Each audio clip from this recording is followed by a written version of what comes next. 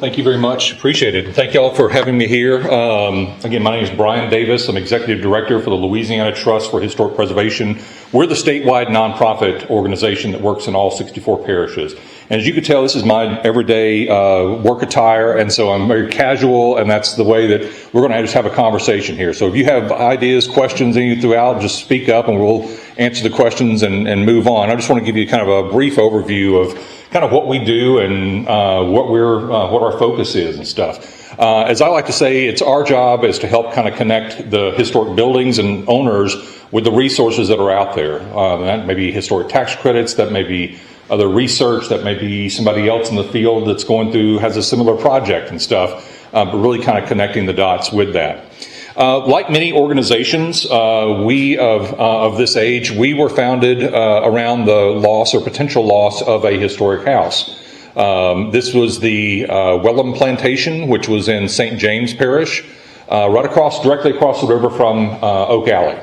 And so in the mid-1970s, Marathon Oil purchased it with plans. They'd just finished restoring San Francisco Plantation, and they had plans to put a large tank farm. You know, you've seen those areas where the big white tanks are just one after the other for storage and stuff on this site. And so in the middle of the night of May 3rd, 1979, front-end loaders knocked down the house in the middle of the night, and you can actually still see the site right here in the bottom. There was nothing ever built there. And so it was just torn down. It was about an 1835 house. There actually was an organization in Baton Rouge called the Foundation for Historical Louisiana. Their mission statement said Baton Rouge and the surrounding parishes. So there was a 7-parish that their area that their mission covered. And so there were several board members of theirs that says we need to get involved in saving this. The majority of their board said, well, it's outside our coverage area, it's not our problem, and so we're not going to get involved. And so when this house came down, it really forced the issue of saying we need a truly statewide organization. And I say that because that really drives a lot of our approach to everything. I mean, we're out there, and we don't just say this, we are actually working in all 64 parishes.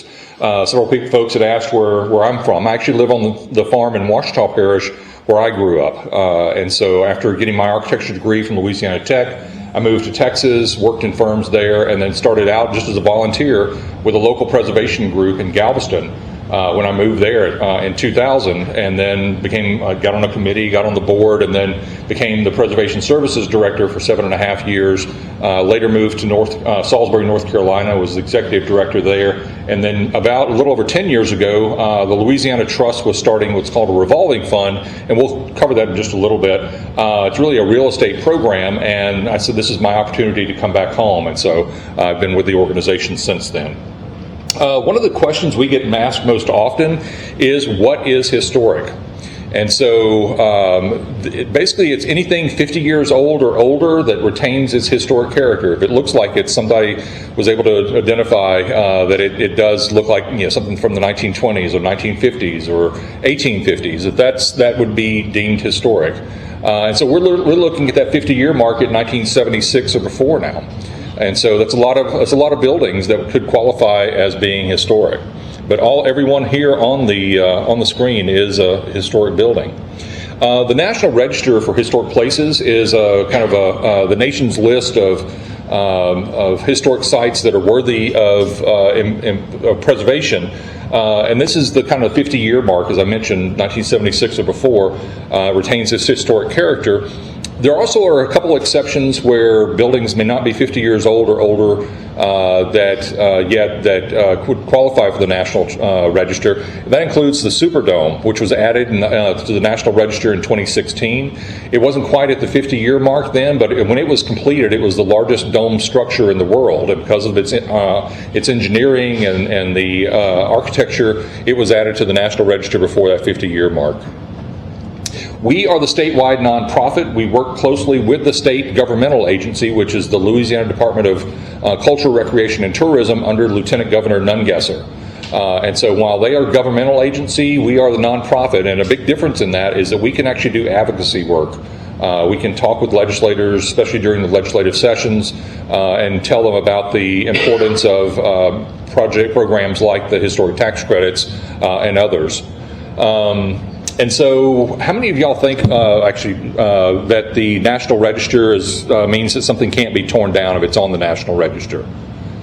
It's actually not. Yeah, it's really not. It's an honorary designation, and so anything can happen to that building that's on the National Register. But several folks think that, in the past, have thought that just because it's on the National Register that provides protection. Where your protection actually comes from is like your Minden local historic district, and you have your review commission and stuff. That's where the protection comes from, either through your local zoning ordinance or through a preservation easement, which is something that we also provide to buildings. I'm going to briefly go over the couple of things here and a little bit of really just to let you know that these are out there. And so the historic tax credits are another thing we get asked quite often is, are there grants out there for fixing up my building?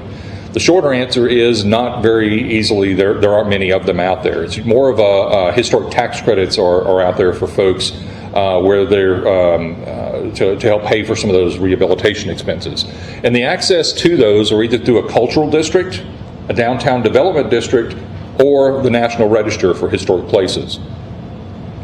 Currently in Webster Parish, you have the Minden Art and History Cultural District, which encompasses the downtown and just a little bit of the outlying area. You have the Spring Hill and Minden Downtown Development Districts, and you have 19 sites in Webster Parish that are listed on the National Register, and there they are. And so if you know of something that is historic that may not be on this list, by all means, reach out to us. We'll be glad to put you in touch with Bailey Hall, who is the National Register coordinator in the state. But that may actually offer some incentives for the owners to go through and use that if they could have it as income producing for 5 years, find a way to do that, of actually getting a substantial portion of the rehabilitation or even maintenance upkeep paid for. And so your state historic tax credits are 25% in your cities. In rural areas, but through some of our advocacy work, they are bumped up to 35% for rural areas. So anything 35,000 or people or less gets an extra 10% bump up.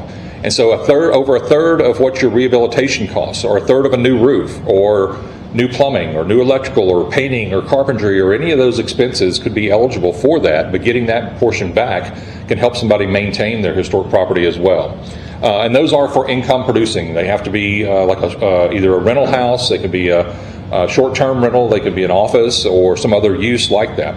Where this comes into play, especially, is for churches, schools, and nonprofit organizations do qualify for these state historic tax credits because they are, especially like here with the museum, it's inside the cultural district, the building's 50 years old or older, and you're actually, you have rent space for that, and you also have income from people coming in, and so that is an eligible building for work to apply for those credits.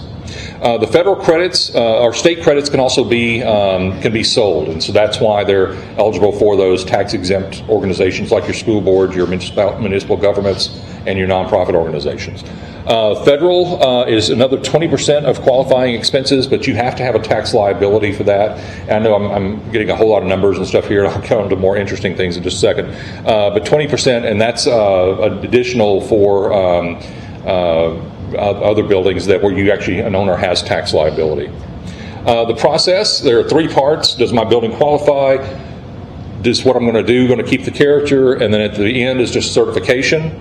And you can sell those state credits. The municipality, the private owner, the nonprofit organization or church could sell those, but the federal credits cannot be sold.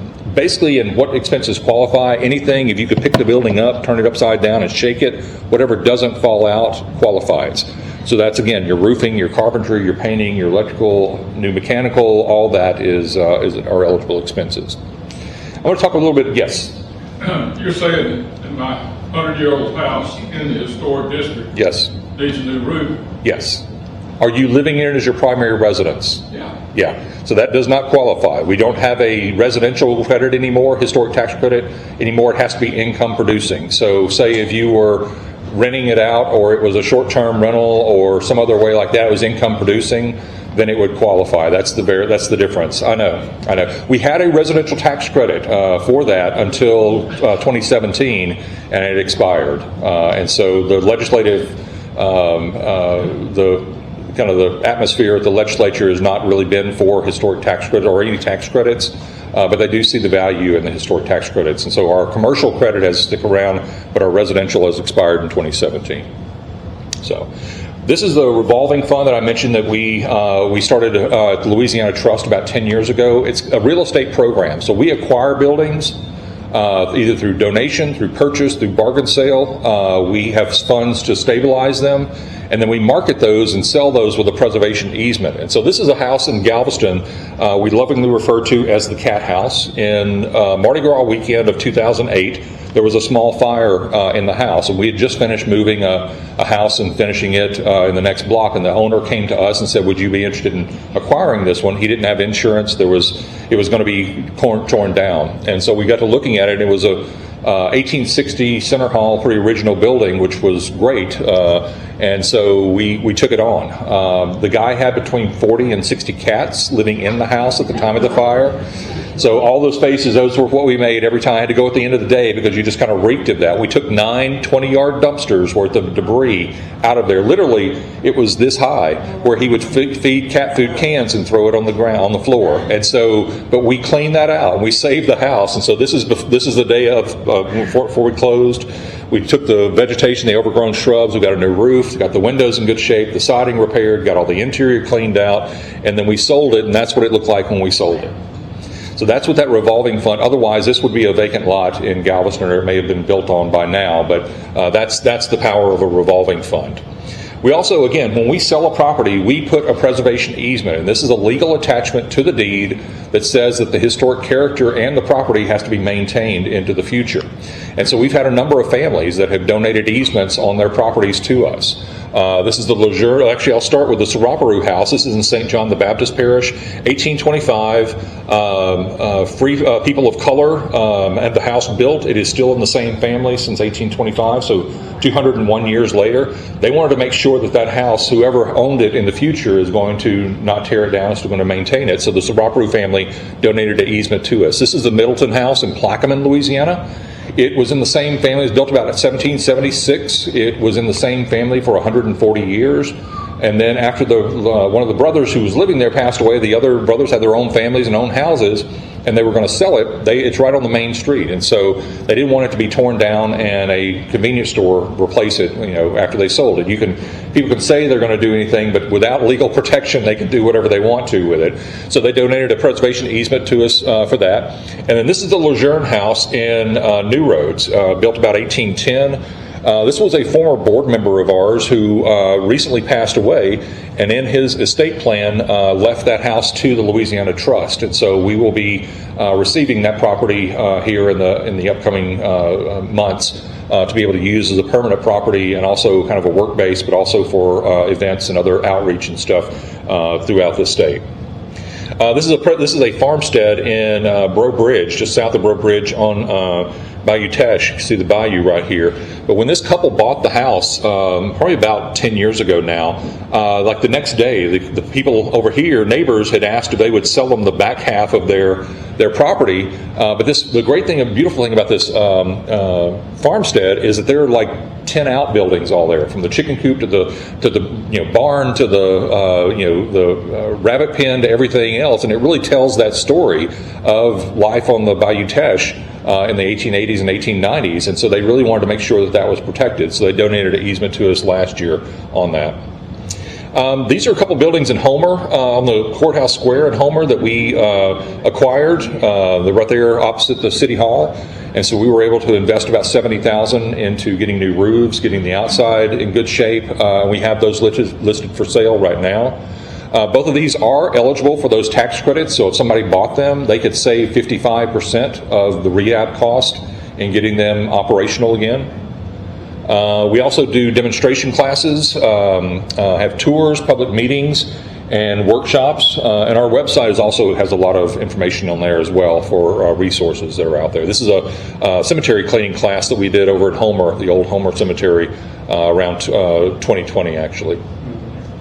We also do advocacy work, so meeting with communities that are threatened or buildings that are threatened, or talking with legislators about programs like the state historic tax credits and what's the benefits to them. So knowing before I go before a commission, I'm always seeing where the members are. I'm doing my homework. I'm finding out what communities their district covers and being able to talk with them one-on-one with the opportunities that these programs provide to their area. For the past 6 years, we've been researching Louisiana's Rosenwald Schools. How many folks have heard of Rosenwald Schools before? Just about everybody in here. That's great. So this was the brainchild of Booker T. Washington at Tuskegee Institute. He was friends with Julius Rosenwald, who was the president of Sears, Roebuck and Company. And when Rosenwald turned 50, he started giving more of his wealth away. And Booker T. Washington noticed that school boards in the South were not providing adequate facilities for black students in rural areas during that time. And so he said, what do we standardize these plans depending on what the community needed? Whether it was they needed 1 teacher, they needed 3 teachers, they needed 10 teachers. This was something that the Rosenwald would provide these challenge grants, basically. He wanted to show the public how the good that could come out of the blacks and whites working together. And so Rosenwald typically would put up about 1/3 of the cost of the school. The whites would put up about 1/3, and the black community would raise about 1/3 as well, or the school board would typically Rosenwald, blacks, and then either the white community or the school board would put up with the remaining 1/3 of that for these. Here in Webster Parish, this is kind of the early where some of the first Rosenwald schools are. I think our remaining oldest one is here in Jefferson Davis Parish down in Welsh. These are a couple images of Rosenwald schools that were here in Webster Parish. My goal has been to, and they were actually not just about teaching about usual reading, writing, and arithmetic, but it was also life skills. It was about farming. It was about canning. It was about darning, material, your clothes, and patching, and making things work. It was really a life skills lesson for all those who attended the Rosenwald schools. It was even tells about how they would lay out the site. So all this information was public that went out to all the school boards across the South. For providing those classrooms and stuff. Here in Webster Parish, you had you were number 4 as far as the number of Rosenwald schools.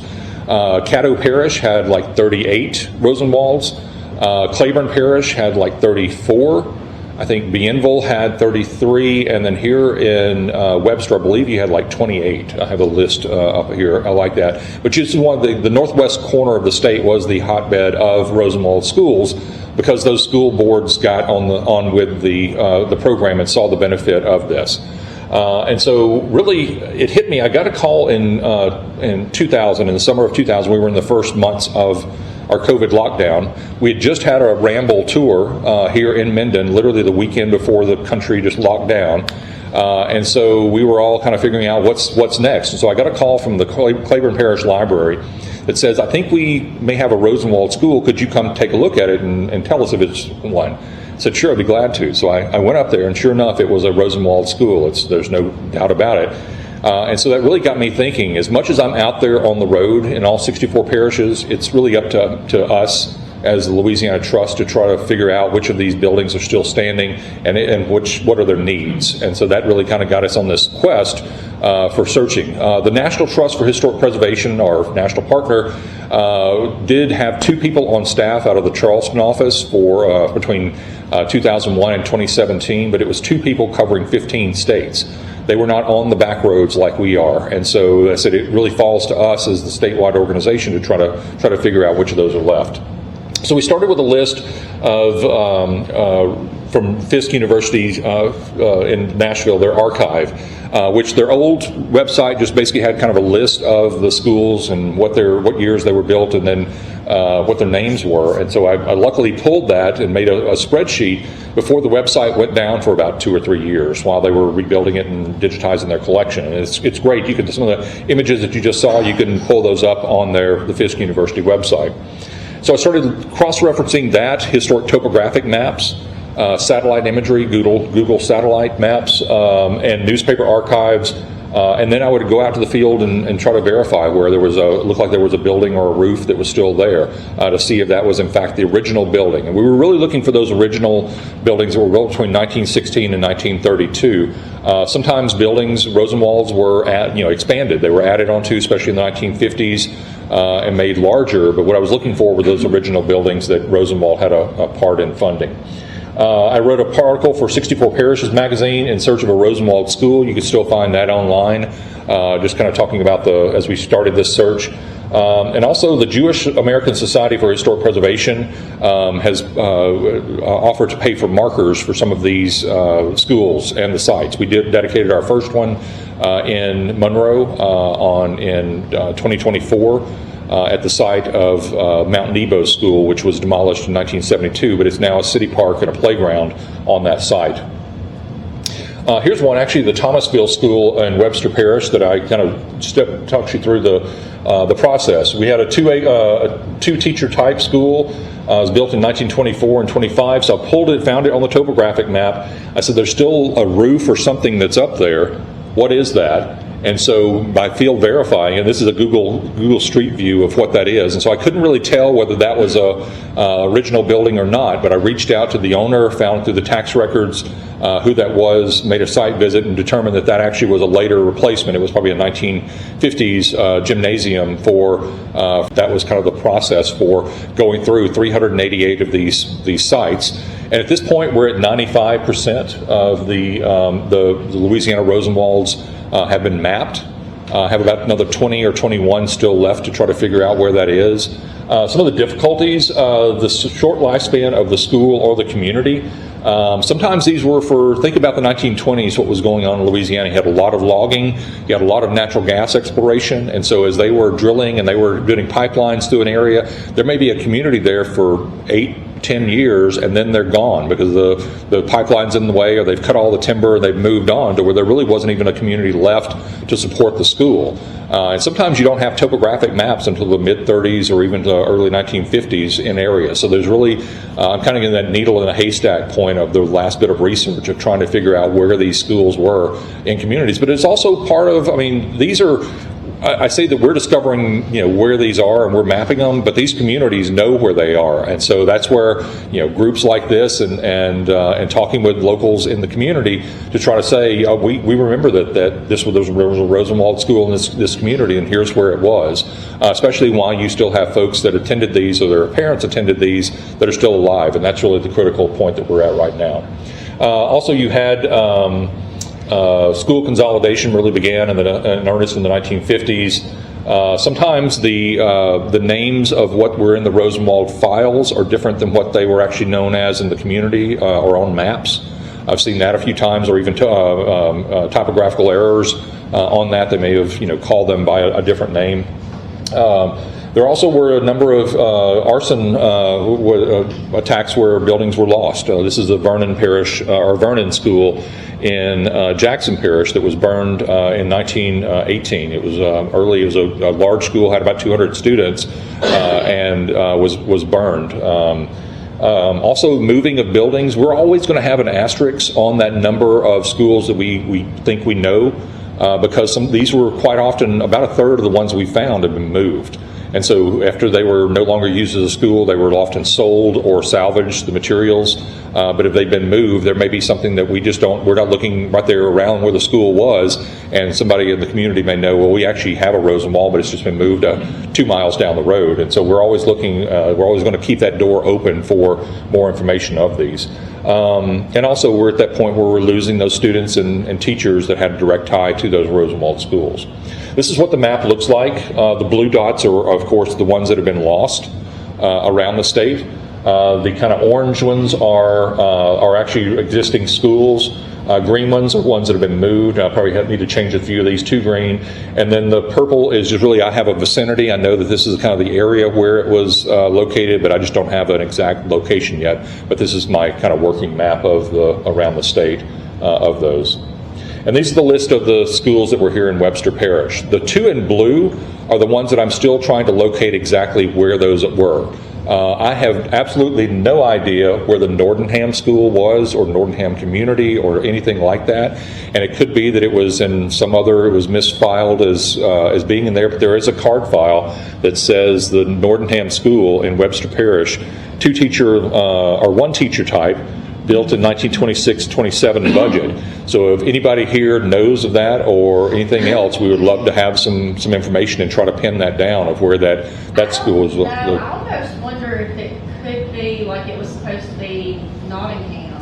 Well, that's I'm not sure. I have absolutely found that before, where when they were writing it down, they wrote down a different name than what somebody may have been selling A it. Nottingham Community. Okay. I think there was a school, but I don't.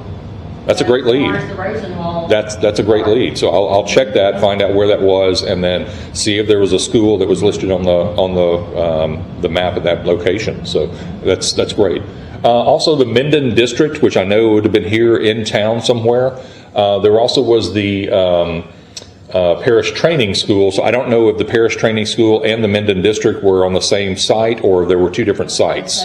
I don't think they were the same site, are they? Was the Minden District School earlier than? Well, it could have been. I heard it called the St. Rest School. It was at the corner of Span and Talton. That's what I And And there is a St. Rest Rosenwald as well. yeah, that one was the one. I think if that's the Fisk file you're looking Yes. at. That one was at St. Rest in Talton. They Okay. called it a couple of different names. Okay. Now the Parish Training School, that became the Webster High School Okay. down there. So I think we can pretty much find those. Okay. Great. I appreciate the help in that. Yeah, but the other one there, the Nottingham. Or Nottingham or Nottingham or anyways, that's a great lead though, because again, I found that multiple times where it's written down as something. Closest thing that I can think of. Yeah, no, it is. There's nothing in archive, like newspaper archives or anything that like comes up in Nottingham and in that. So this is kind of what you're looking at. What the schools were looking at. This would have been that Nottingham school, Nottingham school. This would have been a one teacher type. This is a two teacher, pretty standard two teacher type, where you have two classrooms. You have a community room in the middle that kind of juts out, two doors on either side, and then a cloakroom on either side of that. And this is actually the way that the school that I got the first call about in 2020, the Mount Olive School. We'll see some pictures of that, but this would have been its original configuration. And it really is like walking back in a time capsule. It's pretty amazing. We had it on tour last fall. But when they moved it to this, we found out they moved several schools, and during consolidation, they brought these Rosenwald buildings to the Mount Olive site. And so the original Mount Olive building is no longer standing. But when they moved it, they kind of shaved off this community room and made another cloakroom to it, to get it there. But here's some other, they have these standardized plans, and you can see depending on, it was based on what the community needed, the number of teachers, but also whether it faced north and south or east and west, because they wanted to make sure that the light and the breeze and everything else they took advantage of that, because again, this was well before, in air conditioning or even electricity in some of these communities and stuff as well. And so taking advantage of that was really an important part of the design. So, yes, sir. If you back up a slide, that one room Yes. on the left-hand side, okay, the library that was at Webster is built off of that design. Really? Okay. The St. Rest School was smaller. Okay. And they ended up moving that over to Webster. It's long gone. Okay. But that library has been moved, and it's in pretty good shape. It's still standing, Yes. really. I would love to talk with you afterwards about that. So it's most likely was one of the one teacher schools that was moved to the site. Well, I found something that said it was under construction in, I think it was 1924. Okay. And I was just happy. It wasn't in the newspaper, but at least Yeah. I got a little documentation. That was within the Rosenwald time period. Excellent. Thank you. Appreciate that.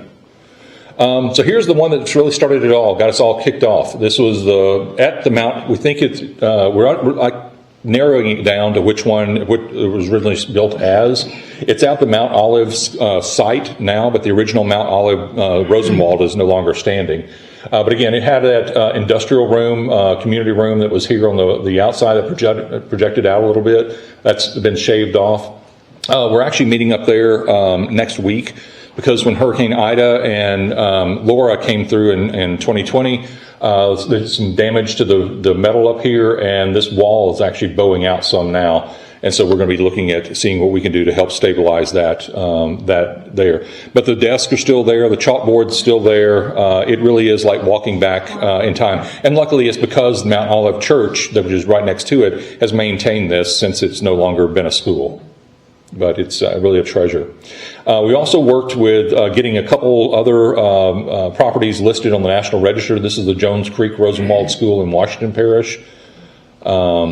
This is the DeSoto Parish actually already had. So when we started this in 2020, there were 4 Rosenwald schools in the state that were listed on the National Register. 2 in DeSoto Parish, the community and the Longstreet School.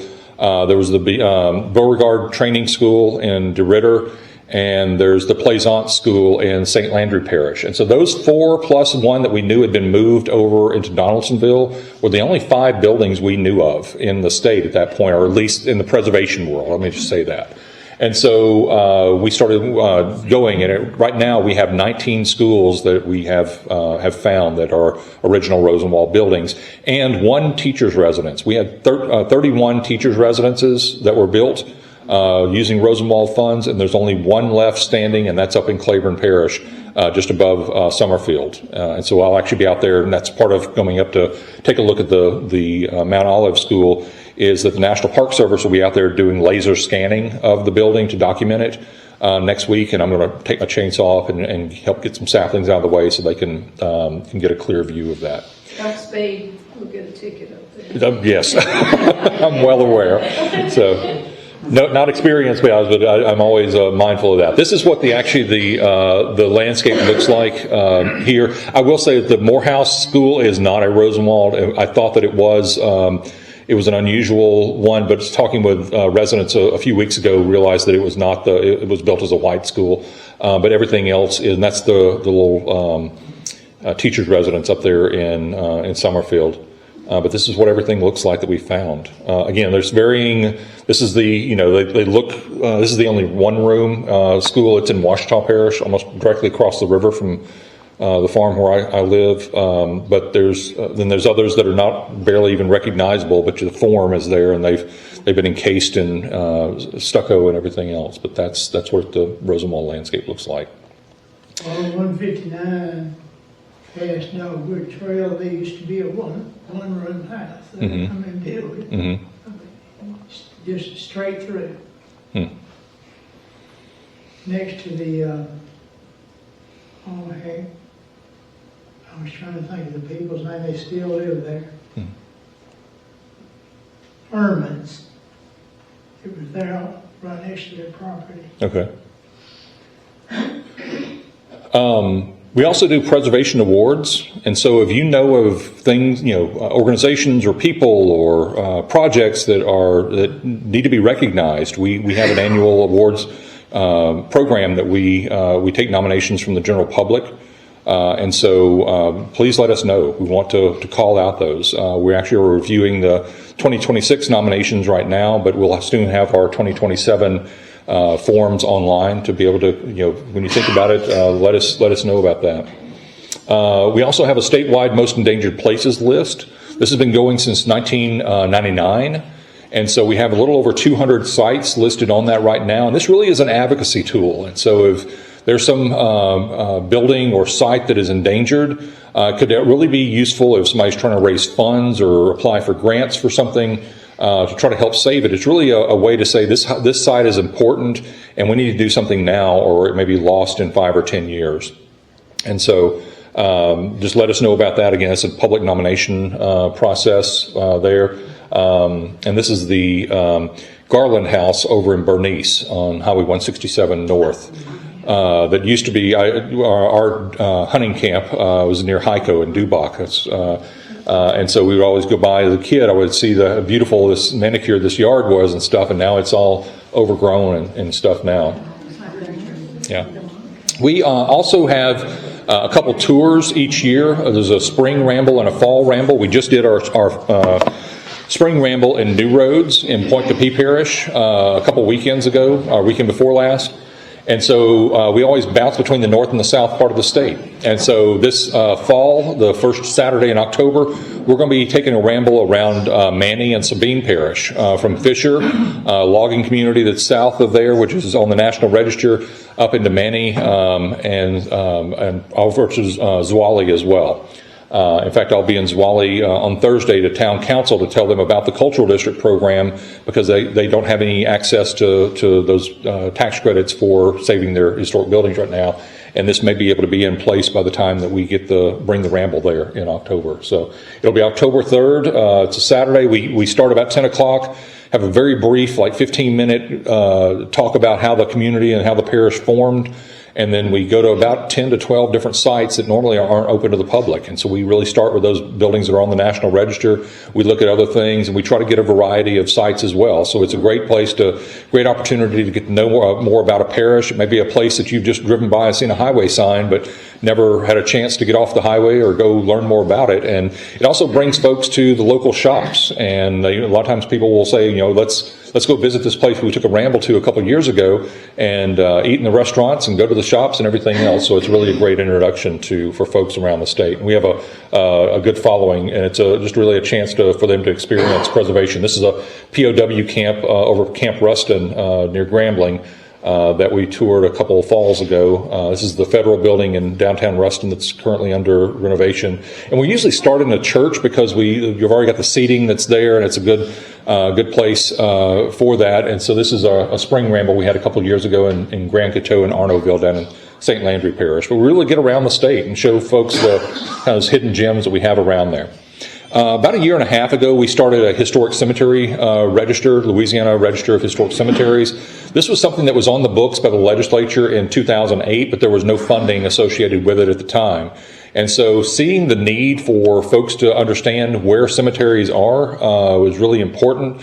And so we got a grant. We brought information from the Louisiana Cemetery Board and the Louisiana Division of Archaeology. We brought those into GIS mapping. And so we have those points, just about 8,000 points where we know there are cemeteries across the state. And we have those into a map that you can scroll in and figure out what cemeteries are in what area. And also between the two, we'll show you a little bit. Some of the criteria is that the cemetery must be 50 years old or older since the first burial, that it must contain the burial of a person that was of social importance, and or it can contain structures considered architecturally significant. And so any of those three will get you on that. So just about every cemetery that's out there is going to qualify at this point. There are, I think there are 4 that we have had nominations for, and that were started in the either 1990s or 2000s, and they haven't met that age criteria yet. But pretty much everything else around the state that we've had come this way has been added to the register. These are some of the questions, and we have these sheets that I can share with you, kind of what we're looking for when you go out into the field. But there's cemeteries are really archives for communities. The community may not even be there anymore, but it's going to tell you so much about the people that were there, their customs, burial customs, whether they were black or white or Native American or Asian American. Any of this stuff these are all signs that you're getting from the cemeteries that are out there, as well as being archives of when people were born and died and what fraternities or sororities they were, and whether it was Odd Fellows or whether it was Pritz Hall Masons that were out there. And so you can know exactly. You see those all the time. And so you'll see on the map where you'll have a kind of a teal dot, and that's a cemetery that we know is out there. Sometimes we don't have GPS coordinates for it, but we're asking the public to help us with that. And you'll see a star, kind of a teal color or a sienna colored star, and those are ones that have actually been added to the register. So they've met all the criteria, they're on there, and we know more about it. We also have a glossary of marker types and the materials that are out there to help educate the public on that. But those are all part of the website. We also have some story maps where we want to take a deeper dive. When you see a marker that's out there, you may not know much about the person that was, buried under it. And so this is a way for us to kind of tell a greater story. And we do have more story maps than what are shown here. But one of our first ones was Carolyn Dorman, who down at the Briarwood Nature Preserve down in northern Natchitoches Parish. She was the first female employee of the National Forestry Service. She was a teacher first. Was instrumental in establishing Kisatchie National Forest. She's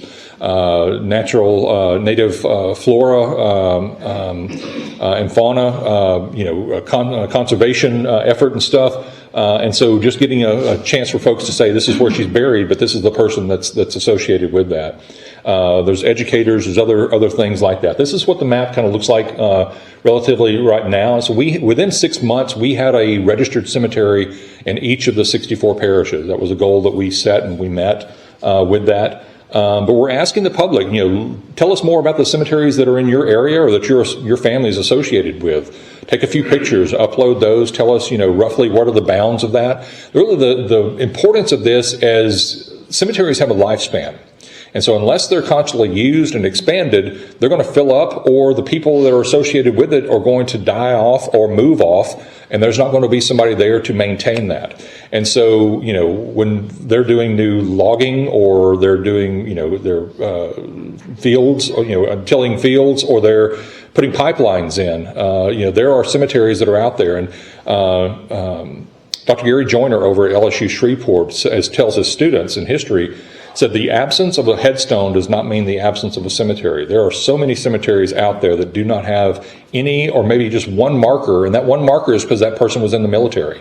And he has the standard white marble military marker, but there are a number of those that I've found and entered that are just, you could tell the unmarked graves because of the rhythm in the squares in the dirt that are out there in the edge of the woods. But that otherwise you wouldn't know that there's that. We're actually about to add a site over in Ouachita Parish that to our statewide most endangered places list. It was an African American cemetery. There's only one military marker that's over in the corner, but this was like a 1 acre black cemetery, and now the lots are for sale for residential development.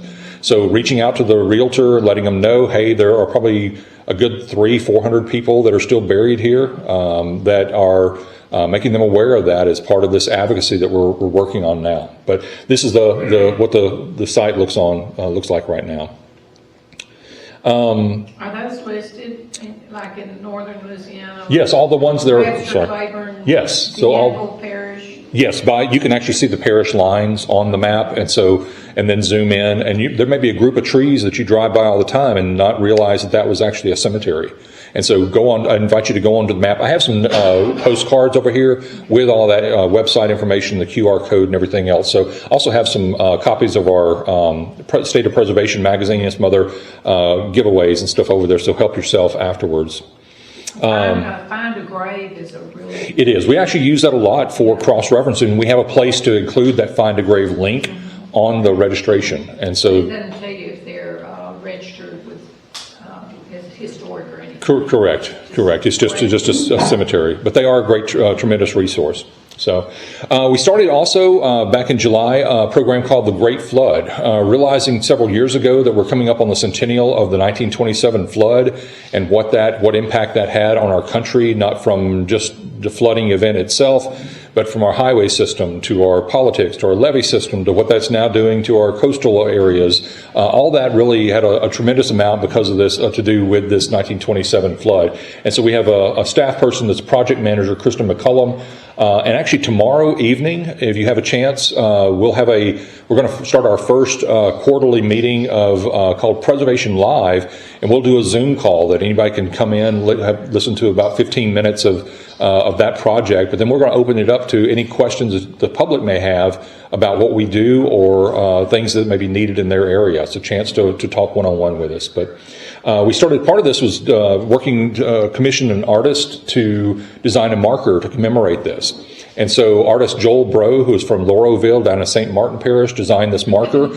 It's pretty amazing. It's actually a light pole that has a aluminum funnel on the top of it, so it catches the rainwater and it brings it down. And on some of these, you'll actually be, the one here in New Roads is not, it's located on an area that did not flood. But at some point, you'll actually have some that have a watermark at 4 feet or at 3 feet or wherever the water depth was for that area. And so the water will come out, and there'll be an iron plate that actually puts a stain on that. And so anybody who's been through a storm surge or a flood, you know or high water, you know that line on all the trees and everything else is something that you look for. And so this kind of relates to that. And then on the, we have some story maps and stuff along with that, actually. And then on the base, we actually have compass points that talk about, 22 miles this way was a crevasse, or 2 miles to the east was a Red Cross camp, or ways that what that community had in relation to that. So, and again, some of our story maps that are on there as well. Time for a pop quiz. Hope y'all are ready. Anybody tell me where these are?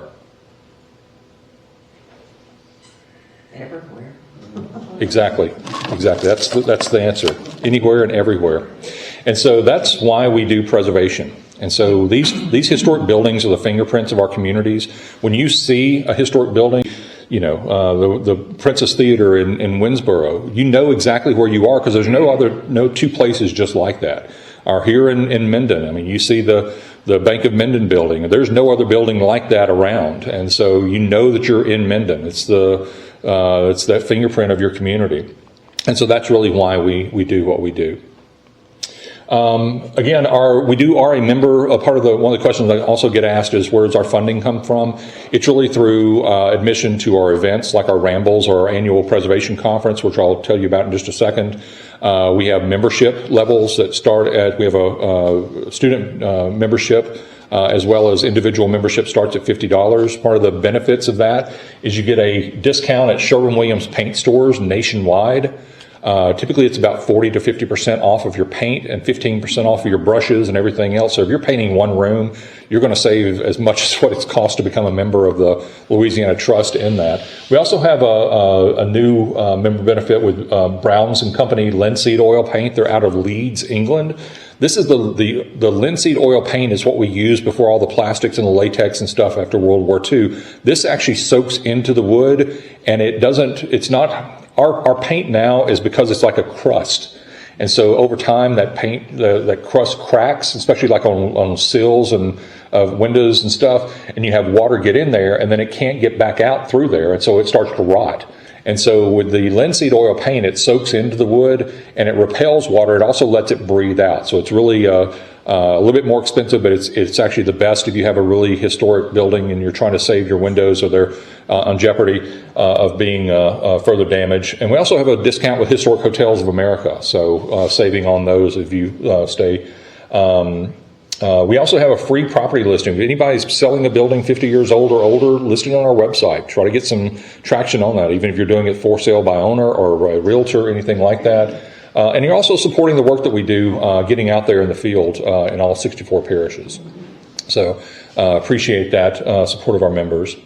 I am proud to say that we received the 2025 Trustees Award for Organizational Excellence from the National Trust for Historic Preservation at their annual conference in Milwaukee last September. And our annual conference will be in Hammond in a couple weeks, March the 26th and 27th. Part of that is a free, doesn't even have to be registered for the conference, tax credit workshop from 2 to 4. To come learn more about how this program works and how to get that going to save money on rehabbing your buildings. And then we have a great lineup of speakers all day on Friday for that. But there's information at our website, lthp.org, for that. But let's see.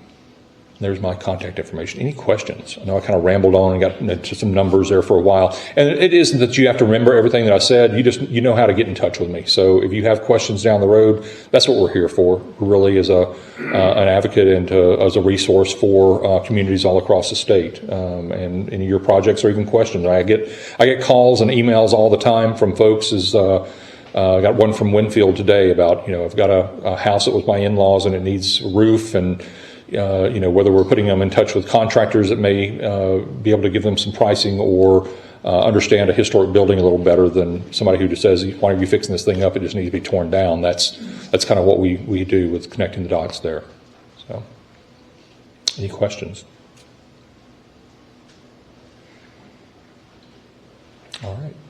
Right outside of Homer, the Total Cemetery, Yes. and it's the oldest man, the oldest one on there, he was born in he moved to Homer in 1858. Okay.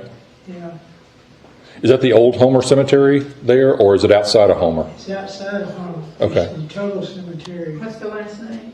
Total? Cemetery. Okay. It's on the left-hand side, next to the Pigsley House. Okay. Green Man and John Mandel Coastal Construction Company, or was there one there? Okay. Definitely look into that. And I'm always stopping when I have some extra time, when I'm traveling a back road and stuff. I have 5 minutes, I'll stop at a cemetery, get a few pictures, get what I need, and I'm on the road back to my next stop and stuff. But usually just covering that and having that knowledge of what's out there around the state really comes in useful. Most of the plantation that was there is underneath Lake Clay right now. Okay. All right. Well, I appreciate it. Thank you all. Oh, yes. Sure. On the Autry House, are you familiar with what might be going on with that? I'm actually descended from the Autries and have been involved. Cousin. And so I've been working with the Lincoln Parish Museum for a number of years. We have it on our most endangered list, but they are looking to do some more. They have been doing some work to it and looking at doing some additional stabilization. It's getting a lot worse. It looked rough, yeah. They don't something saying that one wall was going to go, and the front was going to go. Yeah, they've been doing some stuff and working with Wesley Harris and some of the others there on the. Who are you descended from on that? Actually, Morrow. One of Autry's daughters married a Morrow. They were from Morrowville, Alabama. That's where they moved over from, and so that's my dad's branch of the family. Okay. Mine was Charlie Henry. Okay, Autry. all the Henrys that were there. Okay, yeah. So, it's a small world when you start looking at it. So. Is that Galveston? That actually is Galveston. This was a house that we saved with a revolving fund. In 2008, we had Hurricane Ike come through with a 12.5-foot storm surge. The water was 5 foot 2 inches deep in my office because we were in the we were in the old courthouse that was there. And it was 2 inches deep over all of our filing cabinets. So all 45 years of research, photographs, documents, all went underwater. And so this house, there were a number of them because of the storm surge that came in and the way that it reacted and stuff, knocked it and neighbors on either side down on the ground. Galveston had a lot of the houses were built elevated because it's a sandbar. And before they raised the island, with a seawall and stuff, they were lower and more vulnerable. And so the owner just wanted her lot cleared and was going to have it torn down. And we're like, this little 1,000-square-foot cottage still has some good life to it and good character. So she donated the house to us. We cleaned it out. We moved it to a new site. It was a 7.5-hour move. It was the longest I've done. I've moved about 10 houses so far in my career. And then we got it back up to the height that it was before. But we also got a grant to study LEED for homes. Have any of you all heard for that? It's an energy efficiency program based on how much you recycle, how much your energy usage is, that kind of stuff. It's a program that was coming around in the early 2000s. And then we have the Secretary of Interior standards, or 10 rules of thumb that we kind of, as preservationists, follow. Try to keep as much original historic character as we can, original material as you can. Don't create a false sense of history. There's 10 rules is what we work with. And so we wanted to compare how these LEED for Homes program with energy efficiency worked with, how they were friends or not friends with the standards for rehabilitation from the National Park Service. So we challenged ourselves to do that. And so with this 1,000-square-foot cottage, this was the first historic rehab in the country to gain LEED for Homes Platinum, so the top rating of energy efficiency in the country. And that was one of our projects we worked on in 2010 with that. So we have there's no freshwater source in Galveston. And so the metal roof here, we have 2 cisterns. There's one that's right here. It's about 450 gallons. We caught water off of one side of the house that went into a drip irrigation system. Part of that, you can't have lawn that you have to mow. That's part of the LEED requirements as well. So everything within the property line is mulched and landscaped. But that watered that. And then under the back porch that I designed is a 1,000-gallon galvanized cistern. that was for washing clothes and flushing toilets. And so we were using that natural rainwater for these uses. 93, we set a goal of 93% of our material that was in the house when we got it, we were able to recycle or reuse. We met that. And so it really, we were looking at ways to, how do you insulate a house that, where you don't want somebody to take all the siding off, how do you, so we looked at insulation types and interior insulating windows instead of having to replace windows and all that kind of stuff. So it was really a challenge, but it was a great project and something we're really proud of. But it's the Green Revival House if you can find some more information about that online. So yeah, it really is great. And then we had it as a rehab in progress. We always have a historic house tour the first 2 weekends in May in Galveston, and so each year we'd have a rehab in progress. And so getting folks in there when the walls are open, or we're showing lines on the floor where this is going to be where the wall in the bathroom is going to go, and like that. And then the next year, people are going back through it as a finished product, and so they remembered how what it was like then, and being able to see that transformation really was great. So. There's an interesting show on HGTV that Restoring Galveston. Restoring Galveston, yeah. I'm glad to see some of the ones that they've taken on, because those were houses that otherwise that were, the owners weren't moving on them at all, and so obviously they had the budget to be able to offer them. That reminds me. Yeah, no, absolutely, yeah. So it's really a small island, and when I moved there in 2000, it would fascinate me that talking with realtors, that if you either told them an address or a description of a property, they could tell you the other. And it's like, how do you what kind of magician are you? But really, as you drive by these, it's a sandbar. And so as you drive by these all the time, you get to realize, okay, that's the first, you can tell, you start to memorize what these, what every building is.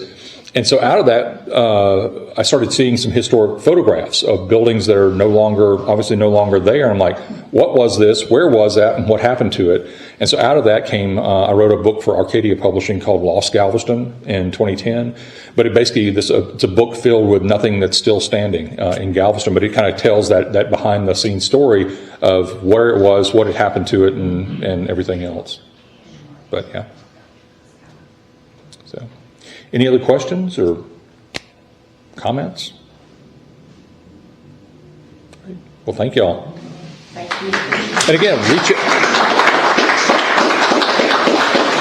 if you have questions, need anything, just reach out to me. I'm here in North Louisiana. I'm over in West Monroe and Ouachita Parish, but I'm over here. I'm all over the place. But if you have questions that I can help with, that's what we do. That's what we're here for. So thank you all. Appreciate it, Jessica. Thank you.